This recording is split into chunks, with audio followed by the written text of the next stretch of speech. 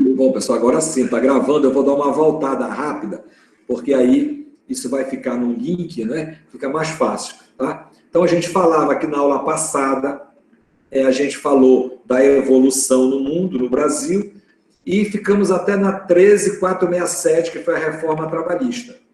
E eu queria acrescentar ainda que existe a medida provisória número 905, que foi transformada em lei, né? E que ela, inclusive, está em vigor, essa lei, e que foi a última, assim, grande lei que mexeu no processo do trabalho.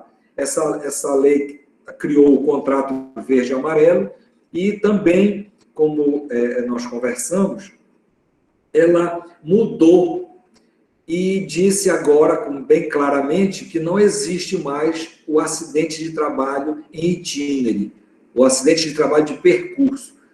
Já havia, a reforma trabalhista já havia eliminado do processo do trabalho a hora em itinerário, que é essa hora de percurso entre o trabalho e a residência do empregado. Já havia acabado com a hora em itinerário, não tinha mais. Aí ficou a dúvida do acidente de trabalho se existia nesse percurso. E agora veio essa lei, né, que é a medida provisória 905, foi transformada em lei, e ela disse claramente que não existe mais acidente de trabalho de percurso. Tá? Feito isso, a nossa aula de hoje, que é sobre o conceito e autonomia do processo do trabalho. Né? O conceito, né, nós lemos os 3 conceitos, que foi o conceito do Carlos Henrique Bezerra Leite, do Sérgio Pinto Martins e do Renato Saraiva. Né? Está isso na apostila que está na nossa plataforma aula. Né? Então, você vai lá na plataforma aula, lá tem essa apostila, onde tem esses 3 conceitos. E nós vamos ficar com esse conceito que eu coloquei em negrito, que é o conceito que o Sérgio Pinto Martins está no livro do Sérgio Pinto Martins, que é o nosso livro texto, né? Que é o conjunto de princípios, regras e instituições destinado a regular a atividade dos órgãos jurisdicionais na solução dos dissídios individuais ou coletivos pertinentes à relação de trabalho, já que agora, com a emenda 45, se mudou de relação de emprego para relação de trabalho. Então, no conceito do Sérgio Pinto Martins, já fala em relação de trabalho e não de emprego. Tá? E, com isso, a gente encerra essa parte de conceito, já que o conceito está lá na apostila, e falando sobre a autonomia do processo do trabalho, existem 2 teorias, que é a teoria monista e a teoria dualista. A teoria monista diz que o processo é um só, né? Existe um processo só, não há diferenciação, e a dualista diz que não, são 2 processos. Existe o processo comum e existe o processo do trabalho, que é diferente do processo comum. E esse processo do trabalho se caracteriza como autônomo, porque ele tem uma autonomia, um desenvolvimento legal próprio, né? Ou seja, existem leis próprias, existe um desenvolvimento doutrinário próprio, existem doutrinadores que são específicos do processo do trabalho, existe um desenvolvimento didático próprio, ou seja, existem faculdades com a cadeira de processo do trabalho diferente do processo civil, existe uma autonomia jurisdicional, ou seja, existe um judiciário específico para o processo do trabalho, que no nosso país é a Justiça do Trabalho, né, com juízes próprios, tribunais próprios. Né? Então, existe também essa autonomia científica, que é essa ciência do trabalho, do processo do trabalho, aplicada, diferenciada do processo comum. Então, a gente pode dizer, tranquilamente, que no nosso país existe autonomia do processo do trabalho e que a gente é adepto da teoria dualista, onde o processo do trabalho é diferenciado do processo comum. Tá? E, após essa autonomia, isso que a gente falou sobre a autonomia do processo do trabalho, né, existem também institutos, né, ações próprias do processo do trabalho que não existem no processo comum. Uma delas é o inquérito para apuração de falta grave. Esse inquérito para apuração de falta grave é aplicado a algumas categorias de trabalhadores que eles têm uma estabilidade e não podem ser demitidos por justa causa sem antes haver uma manifestação do juiz do trabalho. Não são todas as categorias que têm estabilidade que são necessárias para sua demissão o inquérito por apuração de falta grave. Por exemplo, o acidentado ele tem estabilidade de 1 ano depois que ele volta do acidente, mas ele não é beneficiário dessa categoria. Ou seja, se eu entender como empregador que o empregado acidentado que está usufruindo da estabilidade cometeu uma justa causa, eu posso demiti-lo diretamente, sem precisar de nada. A empregada grávida, gestante, ela tem estabilidade desde a gravidez até 5 meses após o nascimento da criança. Mas se nesse período de estabilidade ela cometeu uma falta grave, eu posso demiti-la sem nenhum problema, sem nenhuma burocracia. Mas existem algumas categorias, como, por exemplo, a do dirigente sindical, né? Essa categoria do dirigente sindical, mesmo que eu, empregador, entenda que ele cometeu uma justa causa, eu não posso demiti-lo diretamente. Eu tenho que entrar com inquérito para apuração de falta grave. Esse inquérito é uma ação no processo do trabalho, inclusive diferenciada da ação trabalhista, porque ele pode ter até 6 testemunhas, enquanto que no processo comum é no máximo 3, né? Sumaríssimo 2 testemunhas, ordinário 3. No processo do inquérito ou apuração de falta grave, pode ter até 6 testemunhas, né? Então ele é diferenciado, ele só existe no processo do trabalho. Então, algumas categorias, como o do dirigente sindical, ele só pode ser demitido por justa causa depois do inquérito para apuração de falta grave. Esse inquérito, quando chega no final, vai ter uma sentença do juiz, e essa sentença do juiz é que vai dizer, realmente ele cometeu falta grave, pode demiti-lo. Ou ele não cometeu falta grave, não pode ser demitido. Tá? Então, esse inquérito para apuração de falta grave é uma ação diferenciada, só existe no processo do trabalho, não existe no processo comum, e para algumas categorias, no caso, dirigente sindical, né? A CLT fala em algumas outras categorias, que embora estando em desuso, mas elas também estão inseridas nas categorias que há necessidade de um inquérito judicial para apuração de falta grave ou não, né? Então, além do dirigente sindical, tem também as pessoas, o trabalhador, que ele faz parte da diretoria das cooperativas, né?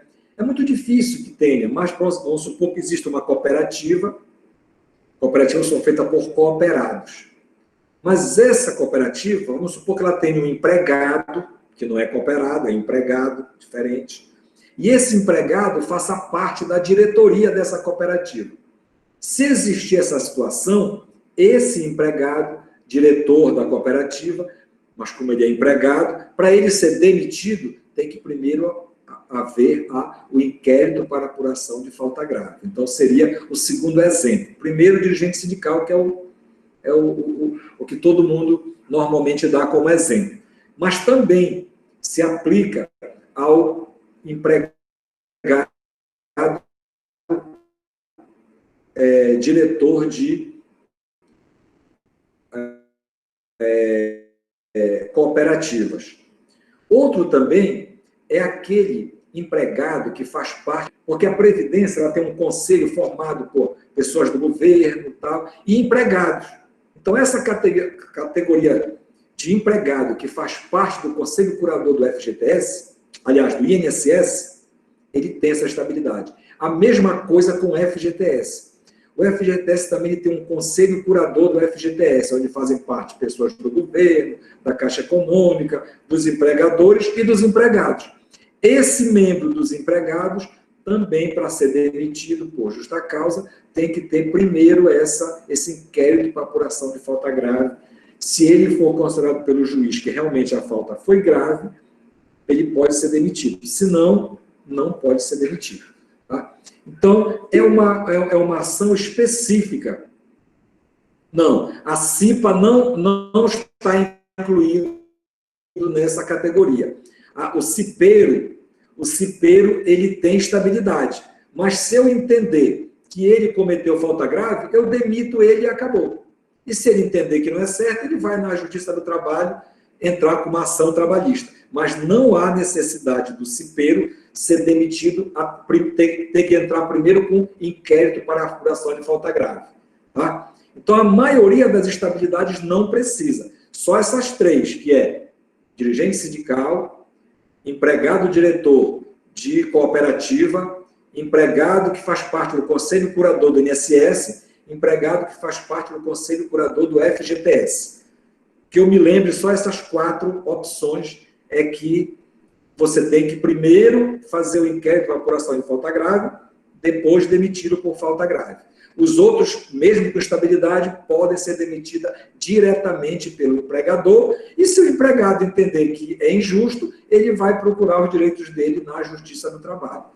E quase sempre isso acontece. Tá? Mas não há necessidade, nas outras categorias estáveis, de o inquérito ser feito. Tá? O inquérito só nesses casos. Por que só nesses casos? Porque exatamente esses casos que eu falei, esses 4 casos, é que o empregado está ali exatamente para bater de frente com o patrão. Essa é a função. Por exemplo, o dirigente sindical. Nós temos um exemplo na nossa faculdade aqui, que é o professor Birajara, né? O Birini é dirigente sindical. Então, ele briga diretamente com a UBRA a favor dos professores. Se não fosse essa estabilidade, será que ele estaria lecionando? Claro que não, tinha sido demitido. Por quê? Porque ele fica brigando com a UBRA por nossos direitos, quando houve aquele atraso no pagamento. Ele entrou na justiça para dar uma multa cada vez que atrasa e tal. Nós estamos agora numa briga feia, o sindicato com a UBRA. Por quê? Porque a UBRA quer diminuir o salário. Né? Ela quer diminuir o salário, mas não quer dar uma contrapartida. Então está uma briga do sindicato com a UBRA, porque a UBRA está querendo diminuir o salário, porque realmente o nosso salário dos professores da UBRA ele é bem maior do que o das outras faculdades. Né? Então, realmente, precisa de um ajuste. Mas, normalmente, quando você faz o ajuste de um lado, vem uma compensação do outro. Então, o sindicato, para que a gente, professor, não bata de frente com a UBRA e seja demitido, exatamente essa categoria, que é o dirigente sindical, através do sindicato, é que vai brigar com a UBRA. Né? Então, eles têm essa função de brigar com o patrão. No caso do Conselho Curador do FGTS, de repente, por exemplo, querem que o FGTS baixe de 8% para 2%. Quem é que vai brigar lá? O empregado. O empregador ele vai dizer, ótimo, vai diminuir de 8% para 12%, eu vou pagar só 12%, ele vai querer. O governo não tem FGTS, então para ele tanto faz. Quem é que vai brigar lá? Não pode baixar de 8%. O empregado que faz parte do Conselho Curador do FGTS. A mesma coisa do INSS. Não é verdade? Da cooperativa, a mesma coisa. Por quê? Porque a função deles é essa, é brigar pelos direitos dos empregados. Então, eles têm que ter uma proteção diferenciada dos outros. Então, é por isso que essa categoria, ele tem uma proteção maior, ele não pode ser demitido, nem que cometa uma falta grave diretamente pelo empregado. Quer dizer, ele mesmo cometendo falta grave, primeiro o juiz tem que dizer se a falta foi grave, para depois o empregador demitir. Entenderam? Essa é a razão por que existe essa categoria diferente das outras. E por que só existe no processo do trabalho esse inquérito para apuração de falta grave. Quer ver outra diferença? O processo coletivo. O processo coletivo, ele também só existe no processo do trabalho. E ele é um processo interessante, porque a sentença do direito da ação coletiva, né? Existe uma ação coletiva, existe um resultado. O nome desse resultado, dessa sentença, chama-se sentença normativa. E ela é totalmente diferente das outras sentenças. Aliás, essa sentença normativa só existe no Brasil. Mesmo os sindicatos de outros países, eles não têm na sentença deles essa força que no nosso país tem a sentença normativa. Nos outros é uma sentença como no dissídio coletivo, dissídio individual. Tem o dissídio individual, onde há uma sentença condenando a parte contrária a pagar, beleza. No processo coletivo, no Brasil, não há a sentença normativa. No processo coletivo, ela não é condenatória. Ela não condena nada. Ela apenas diz o que é para fazer. Ela é como se fosse um legislativo que não é legislativo, mas cria lei. Né? Por exemplo, eu sou do Sindicato dos Comerciários e entendo que o nosso dissídio, que é desse mês, deve aumentar em 8% o nosso salário, porque a inflação deu 8%. O empregador não concorda, só quer aumentar 3%, porque, segundo ele, a inflação não foi de 8%, foi de 3%, e não consegue chegar num acordo. Então, é proposta uma ação coletiva no tribunal, e o tribunal verifica, diz, olha, não é nem 3 nem 8, é 5% a inflação, então o aumento dos comerciários em Santarém deve ser de 5%. Ele não está aqui condenando ninguém, ele está dizendo o que é para fazer. Então é como se fosse uma criação de uma lei sem passar pelo legislativo. Né? Inclusive, por causa disso, já houve várias ações diretas de constitucionalidade, mas nenhuma vingou, continua sendo legal esse tipo de coisa.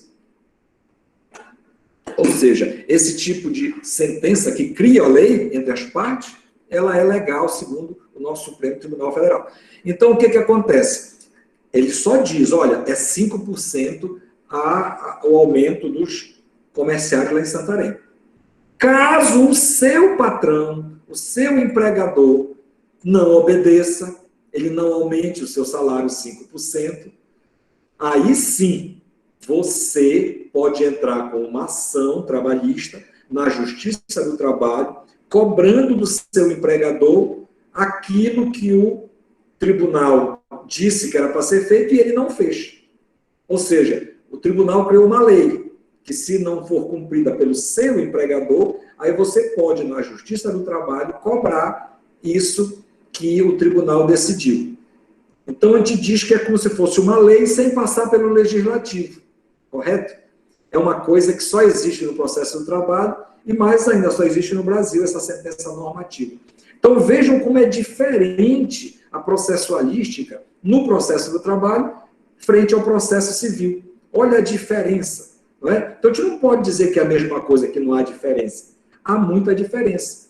Por isso, a gente pode dizer, com bastante tranquilidade, que há, sim, uma autonomia do processo do trabalho no nosso país. Né? Ou seja, o processo do trabalho é autônomo e nós somos adeptos da teoria dualista, onde há essa diferenciação. Né? Quanto à posição enciclopédica do direito processual do trabalho, tá? Isso não está na apostila, porque é uma coisa bem simples. Né? O nome já está dizendo, direito processual do trabalho. Onde está inserido no nosso ordenamento jurídico o direito processual, seja qual for? Direito público. Na verdade, quem é que faz com que o direito seja efetivado? O Estado. Ninguém pode fazer justiça com as próprias mãos. Quem faz a justiça é o Estado. Através de quê? De um processo. Não é verdade? Então, todo o direito processual, independente de ser trabalhista, civil, penal, qualquer direito processual é ramo do direito público. Por quê? Porque é o Estado que tem que efetivar, através de um processo, esse direito que foi violado. Né? Ninguém pode fazer justiça com as próprias mãos. Então, não é o direito privado. Então, todo direito processual, seja qual for, e o processo do trabalho não é diferente, é ramo do direito público. Então, a gente pode dizer que o direito processual do trabalho está inserido no âmbito do direito processual, cujo ramo do direito público que regula a atividade desenvolvida pelo Estado ao administrar a justiça. Né? Então, direito processual do trabalho, ramo do direito público. Então, a posição enciclopédica do processo do trabalho é direito público, porque é um direito processual. Então, isso é bem simples, não há nem necessidade de fazer alguma coisa, colocar na apostila, e basta a gente entender, e é uma coisa bem simples, né? Não precisa nem estudar muito. Todo direito processual é público. Pronto. Questão de vestibular, né? Não interessa qual, sendo processual, é público, acabou. Aí o direito material, sim, pode ser público, pode ser privado. Direito processual não tem dúvida nenhuma, é público e acabou. Tá? Depois disso, vem a relação do direito processual, né, do trabalho, com os demais ramos do direito, né? Com o que ele se relaciona com os outros ramos do direito? Por exemplo, com o direito constitucional. Qual seria a relação do direito processual do trabalho com o direito constitucional? Bom, nós vimos na aula passada, quando falamos da emenda 45, que ela modificou o quê? O artigo 114 da Constituição Federal. E vimos que lá no artigo 114 da Constituição Federal é que diz qual é a competência da Justiça do Trabalho. Ou seja, o direito processual do trabalho, a maioria das normas estão na CLT. Você vai ver no artigo 5º, no artigo 7º, né? Os direitos dos trabalhadores estão lá elencados. O direito das domésticas. Ou seja, existe uma íntima relação entre o processo do trabalho e o direito constitucional. Porque na Constituição estão a maioria dos direitos que são usados pelo processo do trabalho para efetivar o direito dos trabalhadores. Então, essa é a relação com o direito constitucional. Com o direito do trabalho. Bom, a gente sabe que o processo do trabalho, ele efetiva o direito do trabalho. Ou seja, o direito do trabalho é o direito material que, caso ele seja desobedecido, quem vai fazer essa efetivação é o processo do trabalho. Então, vejo que é uma relação mais do que íntima, né? Uma relação até bem mais do que com o direito constitucional. Então, a relação com o processo do trabalho é que é o direito processual do trabalho que efetiva o direito material do trabalho. Com o direito processual comum, é o que nós já até vimos nesta aula. Ou seja, existe um artigo, que é o 769 da CLT, que na fase de conhecimento, ele diz que o direito processual comum, ele é subsidiário e supletivo no processo do trabalho. Então, a relação é essa, é que caso haja uma lacuna ou não esteja completo o direito do trabalho, você pode buscar essa lacuna ou esse complemento no direito comum. Isso já está autorizado pelo artigo 769 da CLT e pelo artigo 889 da CLT. O artigo 769 no processo de conhecimento e o artigo 889 da CLT no processo de execução, né? O 769 fala que é subsidiário e supletivo no processo do trabalho e o 889 diz que vai se buscar na execução a lei dos executivos fiscais, né? E caso também na lei dos executivos fiscais não seja não se consiga suprir esse direito, aí sim se vai para o direito processual comum. Tá? Direito administrativo. Qual a relação do direito processual do trabalho com o direito administrativo? Bom, como nós falamos, né, existe todo um arcabouço judiciário que vai efetivar uma justiça do trabalho, onde vai ser usado o processo do trabalho. E essas pessoas que trabalham na Justiça do Trabalho, juízes, os servidores, as pessoas que trabalham, né, que vão justamente dar andamento a esse processo do trabalho, elas são o quê? São estatutárias. O contrato de trabalho dessas pessoas é de direito administrativo. Então, a relação do processo do trabalho com o direito administrativo é que as pessoas que trabalham, né, efetivando esse processo do trabalho, dando desenvolvimento a esse processo do trabalho, elas são ligadas ao direito administrativo, elas são regidas, o contrato de trabalho delas é regido pelo processo administrativo, uma vez que eles são estatutários, correto? Quanto ao direito penal, o direito penal ele não tem muita vinculação com o processo do trabalho, mas quando há uma infringência, por exemplo, num pagamento de INSS, né? Num pagamento,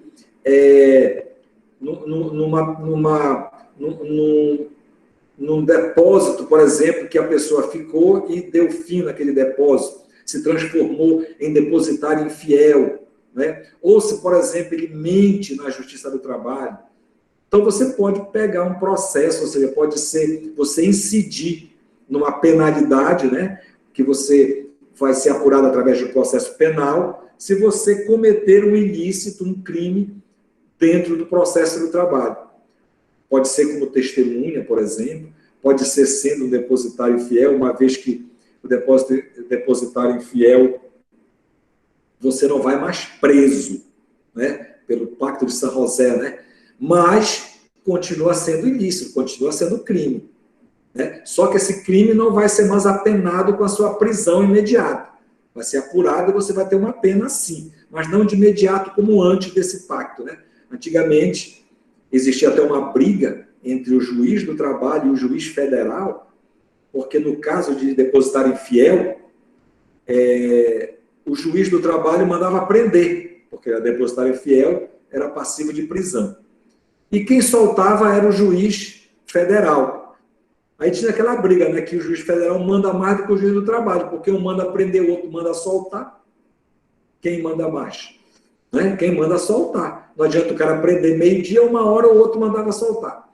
Então tinha uma briga, uma confusão entre o juiz do trabalho que mandava prender o depositário infiel e o juiz comum que mandava soltar o depositário infiel. Mas isso não existe mais porque não há mais prisão civil do depositário infiel. Agora, a prisão civil só é aquele que não paga alimentos, né? Não tem mais do depositário infiel. Mas, de qualquer maneira, é um ilícito, né? A falso testemunho também. Existe, por exemplo, crime de apropriação indébita previdenciária, que, embora seja direito previdenciário, não é direito processual do trabalho, não é direito do trabalho, mas a gente sabe que das sentenças e dos acordos trabalhistas incide a previdência.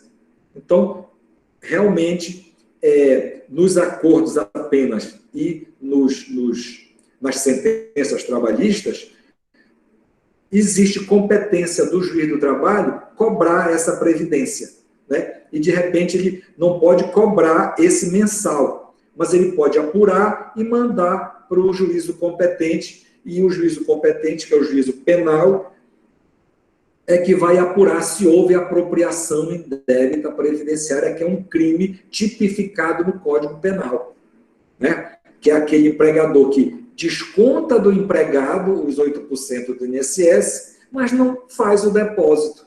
Ou seja, ele fica com o dinheiro. Ele desconta no trabalhador e não faz o recolhimento. Então, ele se apropriou indevidamente, porque o dinheiro não é dele. Tanto é que ele descontou do empregado. Então, em vez dele passar para a Previdência, ele fica. Então, é uma apropriação indébita previdenciária, que é um crime tipificado no Código Penal e que pode ter origem no processo do trabalho. Tá? O direito tributário, por exemplo, também, não existe tanta ligação, mas o direito tributário, por exemplo, o imposto de renda, ele também pode ser cobrado na Justiça do Trabalho quando ele está dentro daquela tabela, né? Vamos supor que você faça um acordo e aquele acordo ultrapassa aquela tabela da Previdência Social. Então, já existe todo um arcabouço jurídico pronto, onde você pode descontar, fazer o desconto do imposto de renda daquela pessoa que está trabalhando, daquele dinheiro que ele está recebendo, é descontado o imposto de renda e recolhido em DARF para a Receita Federal. Né? Então, existe também essa ligação entre o processo do trabalho e o direito tributário. né? Inclusive, aquela lei que eu falei, a 6.830, que é a lei dos executivos fiscais, ela é de direito tributário. E ela é aplicada no processo do trabalho, de forma subsidiária, no processo de execução. Então, veja, no processo de execução trabalhista, quando há uma lacuna na lei, você vai buscar numa lei tributária, que é a 6.830 de 80. 6.830 de 80. Então, essa lei 6.830, que é a lei dos executivos fiscais, que você usa subsidiariamente no processo do trabalho, quando há uma lacuna no processo do trabalho, ela é uma lei tributária, ela é de direito tributário. Então, está aí a relação entre o processo do trabalho e o processo tributário, né? Então, vejam que existe também uma relação, tanto do processo do trabalho, com os outros ramos do direito, e uma grande diferença entre o processo do trabalho e os demais ramos do direito, né? Como nós chegamos a verificar aqui, e com isso a gente se convence, né, de que há essa autonomia do processo do trabalho, devido a essas diferenças que existem do processo do trabalho dos demais ramos do direito, né, e essa autonomia ela é bem visível aqui no nosso país, diferente de outros países onde ela já faz parte de um outro ramo do direito, não é essa diferenciação. Tá? Então, existe essa apostila lá na aula, que fala sobre esses dois primeiros pontos que a gente falou, e esses últimos, que é a relação do direito, do processo do trabalho com outros ramos do direito, e mais a posição enciclopédica do processo do trabalho, a gente, se precisar, você vai lá na aula, que eu vou deixar o link para você buscar essa aula, caso precise. Tá? Então, por hoje, a nossa aula fica por aqui, né? E a próxima aula a gente vai dar continuidade falando de fontes, né? Se eu não me engano, é fontes, a próxima matéria, fontes do direito processual do trabalho, né? Vamos ver as fontes materiais, fontes formais, a gente vai deixar a próxima aula. Eu vou ver se eu faço também vou ver se eu faço uma apostila também, para fazer como hoje, coloco uma apostila sempre que possível. Eu vou fazer assim, eu coloco uma apostila e dou a aula aqui com base nessa apostila, para você ter alguma coisa por escrita, caso você não consiga acessar. Tá? Outra coisa, vocês estão conseguindo acessar esses links tranquilo? Conseguiram acessar o link passado? Alguém tentou? Alguém tentou acessar e conseguiu? Estão falando aqui no chat que sim, conseguiram, né? Então, está tudo tranquilo, consegui colocar de forma correta, né? Está tudo tranquilo, né? Tá, hoje quase que a gente perde a gravação da aula, eu tive que voltar um pouquinho, me desculpe aí que eu tive que repetir algumas coisinhas porque eu não estava gravando, e já é a segunda ou a terceira vez que eu faço isso, porque na aula passada... O senhor colocou dobrado lá a apostila hoje, não foi? Na plataforma? Como? Colocou dobrada a apostila hoje lá na plataforma. Foi mesmo? Foi. Eu não reparei. Coloquei duas vezes. Arquivos. Foi. No meu apareceu duas.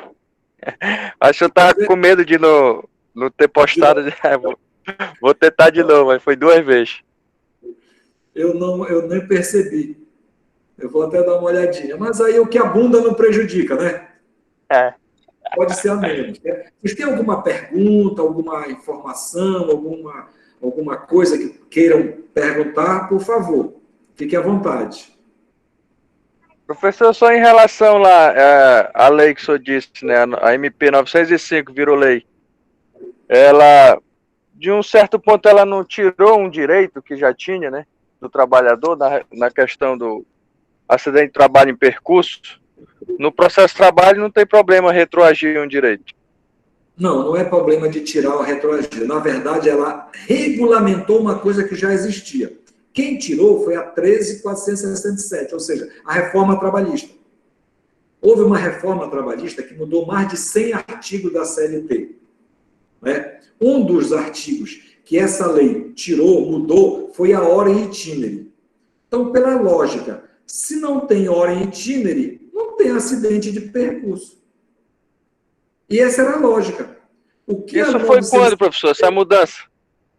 A mudança é a 13467, no final de 2017, se eu não me engano. A lei é... tá, ok. Não, porque o meu acidente foi em 2012 e ela ainda estava em vigor, né? Ainda valia, né? Foi em 2017, final de 2017, se eu não me engano, começou a valer em 2018. Eu não tenho de cabeça o dia, né? Mas é a 13467. A gente chama de reforma trabalhista. Eu sempre tenho, deixa eu dar uma olhadinha aqui. Tá Mas aqui. aí, no caso, não teve ninguém, quando publicaram para fazer essa mudança, teve ninguém que foi contra. Não, tem que continuar a hora de litígio. Só, a lei, ela não precisa de contrapartida. O que precisa de contrapartida, você está confundindo, é quando eu faço uma negociação entre sindicatos. A lei eu posso criar, eu posso tirar direito, a lei é votada no Congresso Nacional, né? Então, esse governo de agora, ele mandou para o Congresso a Lei 13467, de 13 de julho de 2017.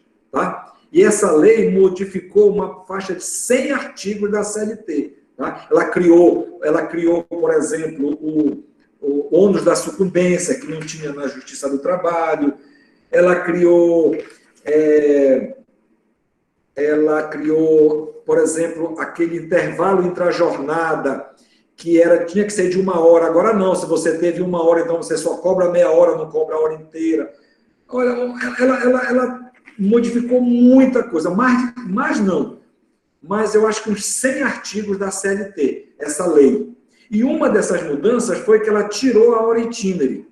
Na verdade, a hora itinere, se você parar para pensar, eu acho que ela prejudicava mais o trabalhador do que ajudava.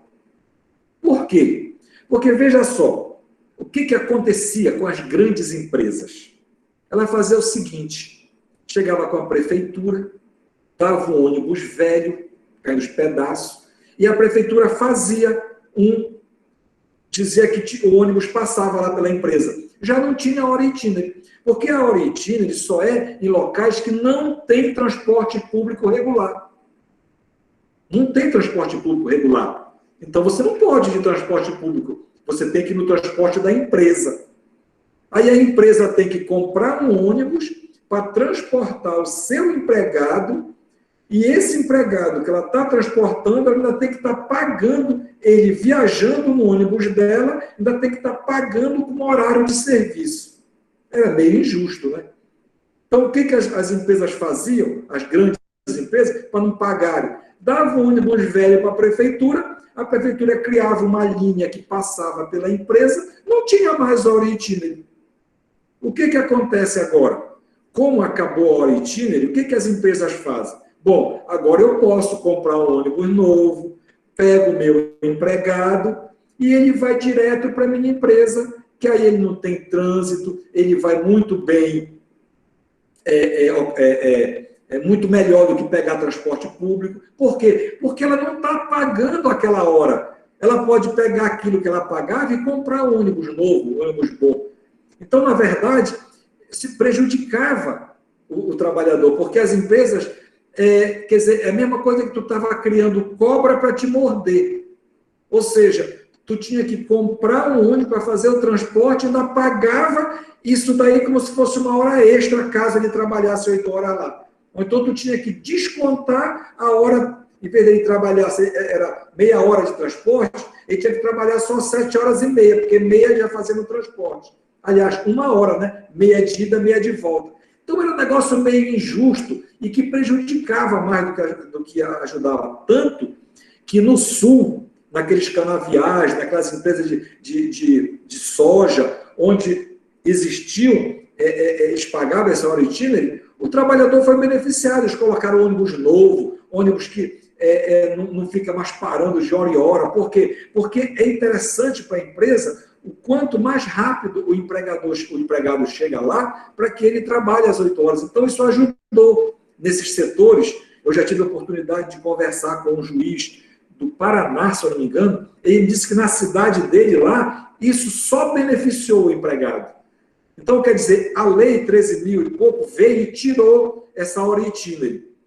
Aí o que aconteceu? Ficou a dúvida. Mas e aí? Tirou a hora itinerary, então não vai ter mais acidente de percurso? Aí alguns diziam, não, mas ela não fala nada sobre acidente de percurso. Tirou a hora itinerary, mas vai ter, continua tendo. Aí continua, não continua, não continua, não continua. O que aconteceu? Veio essa lei, que nem é para isso, foi para fazer um contrato de trabalho do jovem que estava sendo vamos dizer assim, não conseguia emprego. Aí ela criou essa lei, que é o contrato verde e amarelo, e a gente chama de jabuti, né? Quando a gente coloca um negócio lá que não tem nada a ver com isso. Então ela falou, quando foi lá no final, num artigozinho lá que não tem nada a ver com o resto da edição da lei, ela botou lá, que deixa de existir, eu não lembro qual é a redação, mas ela diz lá que deixa de existir o acidente de percurso. Exatamente para tirar a dúvida que já havia. Mas os próprios tribunais já estavam decidindo que não tinha mais. Porque se não tem hora itinerary, não tem mais acidente de percurso pela lógica. Então não foi uma questão de tirar direito, foi uma questão de regulamentar uma lei anterior que já tinha tirado esse direito. Entendeu? Só contrapondo aqui, professor, no meu caso, ela me favoreceu, porque senão, quando eu tivesse saído da Previdência, eu já tinha saído com as contas. Então, no meu caso, ela me prevaleceu na época. Durante o trabalho, né? Mas se você tivesse caído de moto, tivesse doente, você tivesse recebendo auxílio-doença, você ia ter menos estabilidade. Não, mas aí não teria os 12 meses. Não teria estabilidade, teria só o INSS iria ajudar. Porque ia ser a cláusula 31, era só auxílio-doença. No... Entendi. Falando da estabilidade, não é do auxílio-doença que tu recebeste, não, né? Entendi. Aí, nesse caso, a estabilidade só com acidente, Porque aí, no caso, agora só vai ser possível, né, se for dentro da empresa o acidente do trabalho. No percurso não existe mais. Exatamente. No percurso da casa para o trabalho, não. Agora, você pode estar a serviço da empresa, que aí, sabe, durante o tempo de serviço. Entendeu? Vamos supor que você é mototaxista ou motociclista, ou está no carro da empresa, mas no horário de trabalho. Aí tudo bem, é acidente de trabalho. Mas não é aquele percurso quando terminou ou antes de começar, como foi o teu caso. Né? E a diferença é que tanto o acidente como a doença, você tem a proteção do INSS e não pode ser demitido enquanto doente. Só que a diferença do acidente é que tem a estabilidade e a outra não tem. Então, você se beneficiou com a estabilidade. Verdade. Exato. E essas mudanças todas que ocorreram, mais de 100 aí que o senhor disse, qual a sua opinião? Olha, muitas vieram para beneficiar, mas teve outras também que, inclusive, está sendo ainda objeto de ação direta de constitucionalidade.